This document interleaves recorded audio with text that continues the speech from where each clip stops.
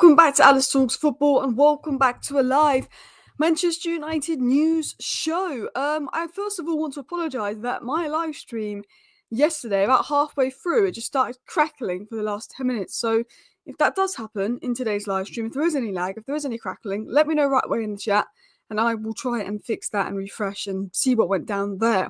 But we've got a lot to talk about in today's show.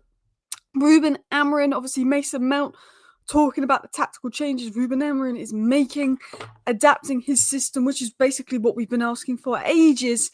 And we're going to talk about that and the adaptations and the changes he's going to make to the system and how that could change our season. Could this be the turnaround for Ruben Amorim versus Sunderland, or is he going to go back to his old ways? We're going to talk about Mainoo, his future. We're going to talk about certain players, Mateus Cunha.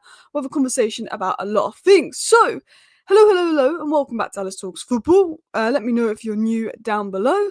And yeah, we're going to get right into the content. But big up to Steve saying video quality good. It was lagging yesterday near the end of the stream, but not so far today. Thank you, Steve. Let me know if there is any drop-off in quality. My mouth is about to cough, so I'm just going to grab some water, and then we're going to get into the show.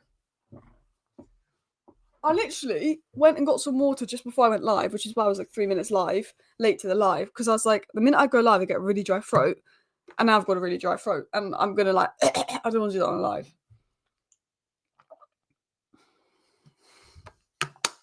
Mm. 100%. One match is never going to save a manager. Oh my God, my throat is really sore today. Bloody hell, it's so dry. You're absolutely right. One match is never going to save a manager. It's not. We might lose to Liverpool. This Sunderland game was good. Am I going to change my opinion on Amorim because we put in a good performance versus Sunderland? No. We won a game at home against the newly promoted side, 2-0, which we were expected to win at the beginning of the season. And we won that game and we played relatively well. The second half wasn't the best, but we controlled the game. And that's the expectation. I'm not going to change my opinion on Ruben Amorim because we won one game. The reason I was Amorim out is because we got 34 points from 33 Premier League games, which is atrocious. Even if Amorim isn't the sole problem and the players are a massive problem, to get 33 points from 34 games and say you're not going to change a thing is atrocious. If Ruben Amorim goes and gets 60 plus points from his next 30 games, I will change my opinion on Ruben Amorim and I'll say I'm hammering him. But I can't change it off one good game versus Sunderland. I need to see 8, 9, 10 good games at least to say, you know what, maybe there's something here. But the big thing that Ruben Amorim did versus Sunderland was he adapted. He made some changes to the system. Mason Mount spoke about it. He's making some changes with Lammens coming in. And I've said this now. Ruben Amorim, if he wants to save his job, he needs a plan B. He cannot keep doing the same thing over and over and over again. If he wants to save his job, he needs a plan B. Even if the plan B isn't much better than plan A, anything to make us a little bit less predictable is what Ruben Amorim needs. So that's what we're going to talk about in today's video, because some people might have not seen the changes. There wasn't the biggest changes. It was small changes, but Mason Mount spoke about the tactical changes that Amorim made, and it just allowed us to be a little bit different in build-up, which I think is our biggest issue, and a bit more direct. So let's talk about Mason Mount's comments. Mount's interesting on tactical tweet Manchester United made with Lammens in goal. Mount said, any danger of them pressing, he puts it into Sesko and we work off that. I think Lammens kind of releases pressure a lot today. So this is what Mason Mount said. And obviously I spoke about this in my video yesterday in regards to Lammens, and how obviously he's already having an impact on the players. But this gave Manchester United a plan B. I don't know if you guys have watched my match reactions or watched some of my stuff in the past or follow me on Twitter, but I said the minute Man United come against a high press, we struggle. The first half versus Fulham, we were really, really good. Then Fulham pressed us high. Then Fulham pressed us high in the second half, and we were crap in that second half versus Fulham. And Marco Silva adapted, and Ruben Amorim didn't have any answers in that second half to how Marco Silva adapted. We played really well in the first half versus Burnley. Then Burnley adapted, pressed us high, came at us. Ruben Amorim didn't have any answers to that. Do you know what I mean? We were doing the same thing throughout the 90 of all those games, but the second half was considerably worse because the team came at us and they pressed us high. And one thing we've noticed about Ruben Amorim and Man United is we're not very good at, holding on to leads because we were being pressed high. Now, this offers Manchester United a little bit of a different solution to when they are being pressed. because rather than trying to play it out the back in the same way, which is going up the wing backs, which is predictable and people know that we're going to go wide and they force us wide and then we struggle and turn over the ball because we don't use the middle of the park, because we don't have players in the middle of the park that can get the ball on the turn. Well, we do, Kobbie Mainoo on the bench, but he's on the bench. So we do that. But with Lammens, he's offered a bit more of a direct approach. Now, look, I'm not the biggest fan of kicking it long, Lammens kicking it long up to Sesko and Sesko bringing it down, but it worked better. I would much rather we just keep whacking it long to Sesko, having the ball high at the pitch, Sesko brings it down and brings players into play, than struggle to play out against a high press. If a team isn't pressing us high, if a team is giving us a lot of the ball, which is what Sunderland did in the first half, which is what Burnley did in the first half, and what Fulham did in the first half, we need to play out the back more. But if we start getting pressed high, like Fulham in the second half, like Burnley in the second half, like Brentford, like Manchester City, where we struggle, then yeah, just play it long to Sesko. It's a small tactical tweak. It's a direct tactical tweak.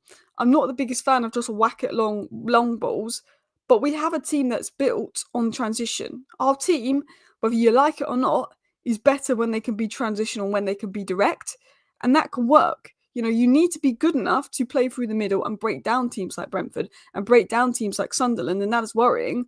But I'm happy to have a direct team, but we need to be better in the middle of the park, because there's some teams we're going to play which aren't going to let us be direct. And then we're going to have to break them down, and then we're going to have to build up centrally. But you can be direct against some of the teams at the top of the league, some teams at the bottom of the league who play more defensive football. We need a sustainable way to break them down. But it was good to see that we had a different option, and I completely agree with what H said here.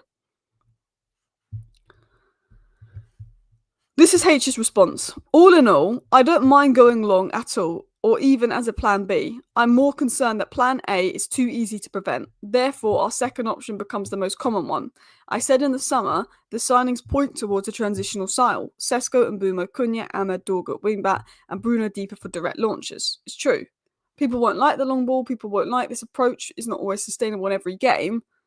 But as a plan B, to have a plan B, I'm happy with that. Because all Ruben Amorim has done is plan A, plan A, plan A, plan A, plan A. Ruben Amorim's plan A is 34 points in 33 games. Plan A, plan A, plan A, plan A, plan A. I'm not the biggest fan of plan B. I'm not going to lie to you. But at least there is a plan B with Lammens in goal. At least there's a second option. Rather than doing the same thing over and over again for 90 minutes and then the opposition figure us out and stop that, there's a plan B. There's something different. Because at the end of the day, I don't completely like plan B 100%. But when I said one thing about Ruben Amorim, if he wants to save his job, is he needs to play to the strength of his team. Now, I think to play to the strength of his team, ideally, he needs to go to a back four, because Mazraoui, as a right back in a back four, is arguably the best in the Premier League, top three right back in the Premier League in a back four. I think Reece James number one, Timber number two, Mazraoui probably number three if you want to look at a back four. You know, Luke Shaw and Dorgu will be better in a back four. I do look at it and say, right now, if we are more transitional, it does get the best out of our players. Bruno deeper, spraying the balls in. Sesko and Mbeumo, Cunha, direct players. Ahmed, Dorgu, direct players. Some people might not like this. Some people might say this is Ollie ball. But right now, we got 34 points in 33 games of Ruben Amorim's system. If Ruben Amorim goes, you know what, I've got direct players. I'm going to be more direct. I'm going to have this plan B, which isn't always the nicest, prettiest football. But you know what? This is what gets the best out of my players. I'm all for it. Because I'm fed up of Ruben Amorim doing the same thing over and over again and not working. I'm happy for him to try something different, even if it's the same formation, to use it a bit differently, to be more direct, because we play better versus Sunderland for it. And as H said here, I don't mind it. I love direct football and I don't think it's a negative. It only becomes a negative of a certain level when it's used too often, which I completely agree, which it currently is, which is the problem. We should be competent enough to play around and through teams like Sunderland and Brentford, and if we can do that consistently, I worry about patterns and if we can't do that consistently, I worry about patterns and structure. And I completely agree with what H said here. You know, I don't mind direct football, but we also need to be able to play through teams. We could set up and be a direct team. I think direct football is what Liverpool did, but we need to be good enough to play through teams. And there is worries about the midfield being overloaded. But it is good to see that Ruben Amorim is making a change tactically, is making a tactical adaptation. I think that is good to see. And that's what every Man United fan's been asking for. And I've said this now. You know, all Ruben Amorim can do is try and come up with a solution to get the best out of his players. Amorim will make every Manchester United fan happy with these changes. And that will be the title of today's live stream or something. Because I generally believe that if he makes some tactical changes, adjusts, has a plan B, and tries to get the best out of his players, not many Man United fans are going to be complaining. Bruno deep, spraying balls, pause. Look, do we want Bruno deeper? No. No, we don't. But, like, what I'm saying is something different. Plan A never works. Plan B might not work in certain games, but at least Amorim's looking at Plan B. At least Amorim made a tactical adjustment to his system last game. Like, that's all we've been asking for. Try something different. Stop doing Plan A. Try something different. Amorim did something different, and we actually won, and it was probably our most convincing win. So, yeah. How about swapping Bruno and Mount? I think Mount's pressing and movement is why Mount is so high up. And I think as much as I kind of like to see that, I do think that Mount has been so good in that role that it kind of makes no sense to swap them. Like some people want to see a duo of Mount and Ugarte. No, not for me personally. I think Mount is better higher up. Alice, I hope your next 5 games you can get 11 points out of 15. That would change your mind under Amorim. I mean, I certainly would be on that way. You know, I mean, I had people tweeting me after the Sunderland game saying, Alice, I told you it wasn't the system. Alice, I told you Ruben Amorim wasn't the problem. Look, he beat Sunderland. And literally, I had hundreds of people come at me on Twitter, like, tweeting me because we beat Sunderland. Like, you're wrong, Alice. Admit you're wrong about Amorim. Admit you're wrong about Amorim. And I was literally like, we've won a game of football, and your first thought is to tweet me, which is a bit sad. But second of all, I'm not going to say I was wrong about Ruben Amorim just because we beat Sunderland at home, a newly promoted side, and Ruben Amorim's tactics worked in that game. No, I need to see Ruben Amorim produce something like 11 points out of 15 over the next few games, and then I'll say, you know what? Maybe I was reactionary. Maybe we should give him more time. I can't. We might lose our next 4 games. I can't, just because we beat Sunderland, a newly promoted side at home, doesn't mean everything I said about Amorim was wrong. And people were like tweeting me this, and I was like, look, if we go and we get, I don't know, 23 points from our next 30 games, 23 points from our next 30 games, I'll sit here and say, you know what? Maybe I was too reactionary on Amorim. Maybe we need to give him a bit more time. If we go and get 60 plus points from Amorim's next 30 games, I'll say, you know what? Fair enough. But I'm not, just because we beat Sunderland, I had people's first thought was tweeting me like, you said the system's the problem. Look how good it was versus Sunderland. He changed the system versus Sunderland. The system that I said was a problem, he changed versus Sunderland. And the system is a problem because it got 34 points from 33 games. If that system goes and gets 65 points from the next 30 games, then I'll sit here and say the system wasn't a problem. But that system got 34 points from 33 games, which is significantly worse than Ten Hag. The system was the problem. He changed the system versus Sunderland. We won. We won, and we played well in that first half. And I had people going at me like, admit you're wrong about Amorim and his system, because we beat Sunderland at home where he changed the system. I was literally just sitting there and I was like, is your first thought really to tweet me because we've won a game? I'm happy we won a game. But I can't change my opinion on Amorim because we won one game. That would be flip-flopping. I've got to see consistency. As Steve said here, about being consistent or near it, to be less consistent. You can't play Sunderland every week. It's consistency. We could get battered one game, Amorim out. We win the next game, Amorim in. Amorim out, Amorim in. We can't flip-flop. We need to see consistency. It's unlikely this is a start of a good run, but hey, we can always hope. Look, I want to be wrong about Amorim. I want to sit here and do a video at Christmas time and say, guys, I was wrong about Amorim, I was reactionary. There's nothing more I want than to do a video at Christmas time where Man United are third or second in the league at Christmas, which would be amazing. First would be even better, but we'll put third. If Man United are sitting third, fourth place at Christmas time, there's nothing more than I want to do a video saying I was wrong about Amorim, and I will own that. I would rather be third at Christmas time and do videos saying I was so wrong about Amorim than 15th at Christmas time and on another manager. 100%. 100%. Amorim adapts only under pressure, should realise plan B and plan C. I mean, I still think we need to have a plan C. But yeah. Alice, we said before the international break we beat City. Hopefully this time Amorim could get a win because we can't give Liverpool momentum. I agree. I mean, look, we haven't won at Anfield in 10 years. We haven't won back-to-back games in a year and a half. Liverpool are on the back of 3 defeats in a row. I think it's written in the stars. I think it's written in the stars to finally win at Anfield. Liverpool would go in overdrive because we'd be 2 points behind Liverpool if we won at Anfield. 2 points. That would be mad. But yeah. Some people want to have less than 3 brain cells. I feel like what Elon Musk has done with X, as we call it now, is it is just a place for like the stupidest people sometimes. It doesn't matter what you say. You can say anything and someone's going to give you the most dumb response. Like, I was praising Lammens and I was like, well done, Lammens. First debut. So I literally was praising Lammens, and I said, Lammens' first start and we got a clean sheet. Well done, Lammens. Impressive debut. And then someone was like, oh my God, she's hating on Amorim. Because I praised Lammens and said Lammens' first start, we got a clean sheet. I got told I had an Amorim agenda for just tweeting that. And I was like, okay, look, I'm not Amorim's biggest fan, but how is me tweeting saying Lammens starts, he did well when we finally get a clean sheet? It had nothing to do with Amorim. Should Amorim have started Lammens the game before? Yes, yeah, maybe. Maybe he wasn't ready. I was just saying, it was, if anything, it was my Bay and Deer agenda. And then I get people coming at me on Twitter, angry because I've tweeted that Lammens got a clean sheet on his debut. It's the first clean sheet of the season. Apparently it's negative. Apparently it's toxic. Apparently it's you're anti-Amorim. Well, I am Amorim now. But I was like, I've just tweeted something nice about Lammens, and then there's people on that app that like just go at you. The lack of brain cells you see on Twitter, is just, it's crazy.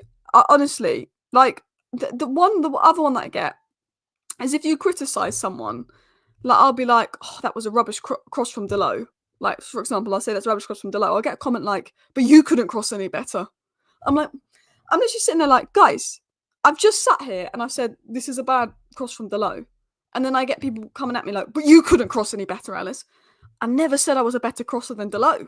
There's a reason I'm sat here and they're playing professional football because they're better than me.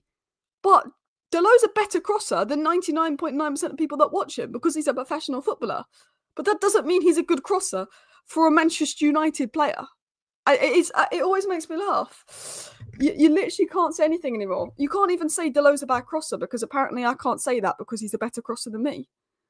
I mean, I'm literally like, they're like, go on, Alice, you go play right wing back for Man United.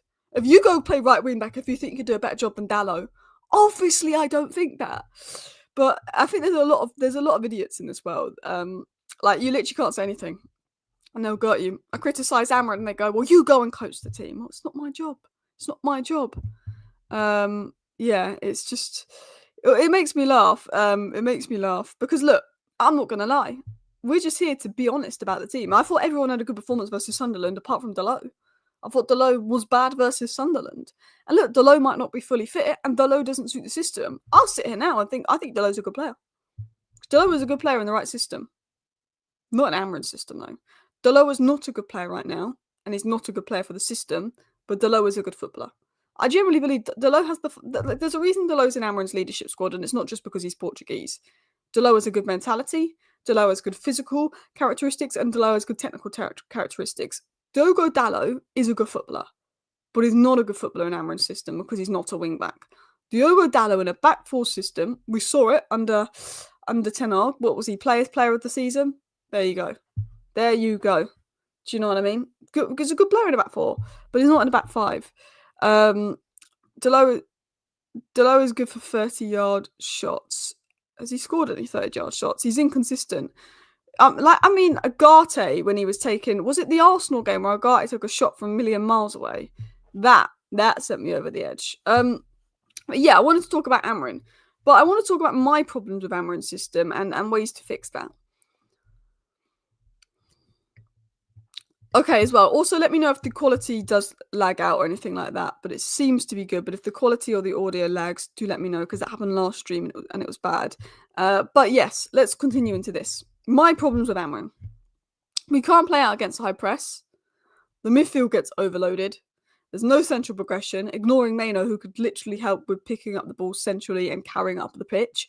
We only progress the ball either long ball up to Sesko or out wide, and it makes us predictable. We need to be able to build up centrally better. Whether we get a central centre-back in that's a specialist on the ball, whether we bring Lissandro Martinez in and invert him into midfield, whether Casemiro plays central centre-back and Mainoo and Bruno's the pivot and we have an extra midfielder on the pitch. There's solutions to this. When the midfield gets overloaded because they 3v2 us, we need the central centre-back to maybe become a midfielder to get over that, okay? We need maybe a bit better ball progression centrally. Mainoo can help with that. You know, we're very reliant on the wing-backs to carry the ball at the field. And I will tell you this now, Dorgu is a fantastic ball carrier. I don't think people realise how much Patrick Dorgu does when it comes to carrying the ball. The problem is his crosses haven't been the best. We're predictable to play against because of this. And there was no plan B when plan A is not working. Amorim had a plan B with Lammens in goal versus Sunderland, and it helped us in build-up in that scenario. But Amorim needs plan B, plan A, plan C. Amorim needs solutions. Amorim needs to adapt. Amorim needs to change. And if Amorim does that, I think Amorim has a lot more chances of succeeding at Manchester United and will get a lot more fans behind him. I think every Manchester United fan would be happy if Ruben Amorim made tactical changes to get the best out of the players and had a plan A, B, and C. I think every Man United fan would be happy with that because they'd say at least he's trying something different. And if it doesn't work, at least he tried. Do you know what I mean? Rather than doing the same thing over and over again that's not working. Because we are predictable to play against. We do have a lack of central ball progression. You know, we need a plan B, we need a plan C. You know, we need a lot of solutions as well. And a lot of adaptations. And that's what I'd like to see. The problem is if Amorim stays and is here in January, I think Mainoo will go. Napoli were in pole position to sign Kobbie Mainoo on loan in January after maintaining contact since the summer. So Mainoo obviously in Napoli is one to watch. Mainoo could go. If Amorim is still in the job in January and not playing Mainoo, he will go. And people are saying, well, that's Mainoo's fault. He can break into the team. Mainoo isn't being given the opportunities to break into the team. Let's be honest, he's not. We don't have Europa League. We don't have Carabao Cup. Mainoo isn't being given the opportunity to break in the team. Mainoo was being given very few minutes. He was the best player versus Manchester City when he came on, and he was rewarded with nothing after that. You know, say what you want about Kobbie Mainoo. You can not like him all you want, but Mainoo solves a lot of our problems in the middle of the park. A lot of our problems when it comes to central ball progression, and he's not even being given an opportunity to get on the pitch. He's not even being given an opportunity to get on the pitch. Barely. So, for me, I do think that's one thing Amorim's got to look at and go, how can I utilise Mainoo? Because Mainoo can solve a lot of our issues. Yes, he's not physically able to cover the kind of ground that Amorim wants. The only player in the world football that probably is Caicedo, but he brings a lot more than I think Amorim appreciates him for in terms of central ball progression, in terms of carrying the ball, in terms of being able to, you know, be press resistant, turn out on the press. I think Kobbie has so many good attributes that I think we need to see. Ruben Amorim is driving out players like Kobbie Mainoo. Such a shame to see. Well, I'm hoping that he does just eventually use Kobbie because he's still only 19. It's just frustrating that I think Mainoo wants a loan for minutes. And I just think when the midfield is crap and Mainoo offers a lot of solutions, I just can't believe he's not getting more minutes. If our midfield was amazing, I'd understand it. If our midfield was absolutely amazing, week in, week out, was not a problem, I'd understand Mainoo going on loan because he's not going to get the minutes. But when our midfield is a problem and we're not looking at using Mainoo as a solution to that problem, it does worry me, and I do feel for Mainoo. It looks like going out on loan for development could be his best option because he's a better player than Agate. Now, obviously, Ruben Amorim is going to stick with his system and his way of playing, but I think we can all agree that I do think Manchester United is better set up for a 4-3-3. Ruben Amorim is obviously looking at changing the system in terms of the way he uses the system and the approach. But I still think to this day, and Ruben Amorim won't like this, and Ruben Amorim won't do this, but I look at Manchester United and I just think we're so much better in a back four because you've got Mazraoui, who is really good in the back four. You've got Dorgu, who is much better in the back four. You know, Delo and Luke Shaw can be backup fullbacks. Yoro and De Ligt is really good options to have, in my opinion, as two centre-backs who also play in a back four, Yoro and De Ligt. They've always played in the back four before Amorim came in. You can have Casemiro with Agate covering deeper here. Agate, you've got Mainoo all of a sudden in midfield. And I just think the biggest issue I have with Amorim's system is the midfield being overloaded because they 3v2 us in midfield. I want a 3 in midfield. I want to see a 3 in midfield because I just think we get overloaded.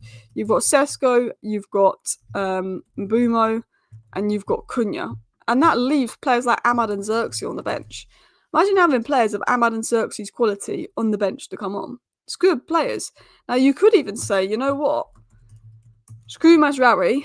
Amorim's going to continue doing a back five. Okay. I have no issue with Amorim doing a back five if it was kind of like this. Yeah? Or, you know, Aiden Heavens played in midfield, whatnot. You know, I don't like Bruno deeper, but let's say Amorim does go with this back five and he continues in his current setup. What we'd do is, on the ball, Casemiro would step in here. So Casemiro could be the central centre-back, but he'd then step in here and form midfield three to stop us get overloaded. Like, I'm open to that. You know, we know someone like Aiden Heaven has played in midfield. You know, not a bit of a risk, but, you know, you could try something unique with Aiden Heaven there, stepping in, central centre-back. You've got also, if we did that, you've got someone like Leacher that can go here as left centre-back. I do think something like that could be unique to see, and then you can put Ahmad in here, because I do think we look so much better when we have both Ahmad and Boomer on the right. I thought the overloads worked really well versus Sunderland, but you could see something like this. Ahmad gets up, Dorgu gets up. I do have concerns around the midfield and how it's just so overloaded as well. I mean, look, Mount has to start. Yeah, I forgot about Mason Mount for a second there, but you've got Mason Mount, Ahmad and Xerxes potentially on the bench if you play a 4-3-3, which is crazy. You know, some people say no defence there, but I think it's good. Maz would invert and Dorgu would overlap and let Cunha inside, and I think that would work really well. You know, Mount, I completely just forgot about him for a second, which is crazy because he's probably been our second best player after De Ligt this season. So yeah, it's crazy, but I just think we've actually got a decent team. This is why I've been negative on Amorim, because I actually believe we have a decent team. I actually believe we have a decent team, and I actually believe this team is more than good enough to come 7th this season. I believe this team is more than good enough to come 7th this season, and I feel like if we're not going to finish in that top 7, then I look at Amorim, because I generally believe the team is good enough. I generally believe we have a good team. You know, Xerxes, we're looking, when's Xerxes going to get minutes? Xerxes, I feel for Xerxes because he was really good, and then he's got injured, and then he's obviously needed time to get back to full fitness and sharpness. But he's not getting the games, Xerxes, to help him get back to full fitness and sharpness, because he would be getting games in the Carabao Cup. He would be getting games in the Europa League, but he's not getting those games because we're not in those competitions. And it's a difficult one to find the minutes for someone like Joshua Xerxes who's not getting the minutes, especially with a World Cup season ahead, which means please do not go out in the first round of the FA Cup. But yeah, it would be nice to see more of Xerxes, because I think Xerxes does bring a lot. And I think Christmas time, the fixtures are a bit more compact around Christmas time, and United are looking at doing some pre-season friendlies next month as well, not pre-season, mid-season friendlies next month, to maybe get minutes in the legs of players. But players like Xerxes and players like Mainoo, they need to get a few minutes in the legs because of the lack of games. They're not getting crazy amount of minutes in the legs. So I think that, you know, we will be looking at that. But obviously the fixture list is a lot more compact in December. We'll have a couple 2 games a week, so that's when maybe we'll look to do a bit more rotation. But I would like to see a bit more of Xerxes. Whoa. Alice, the league is there for the taking. Most teams are crap at the moment. With the squad we have, we can comfortably get top 4 if only we had a more competent manager. I like the ambition. I generally think we have a squad that should be finishing in European places. Top 4 is a bit of a push, but I think we have a squad that should be finishing in European places. I think it's good enough. And maybe I'm overrating our players, but I think it's good enough. I do. Anyway, people, I hope you enjoyed today's video. It was just to talk about the Mainoo to Napoli rumours. Well, I think if Amorim's here in January, Mainoo could go. I think if Amorim's sacked, Mainoo could stay. Obviously, we want to talk about Amorim actually making some adaptations and changes to his system, which we've been waiting ages for, and more. What I'm going to do is I'm going to redirect you over to Never a Foul. Go check out Cass's channel, Never a Foul. They're going to be talking about Semenyo, transfer news, all the big clubs. I will be back later today with a video, but thank you for watching. Bye.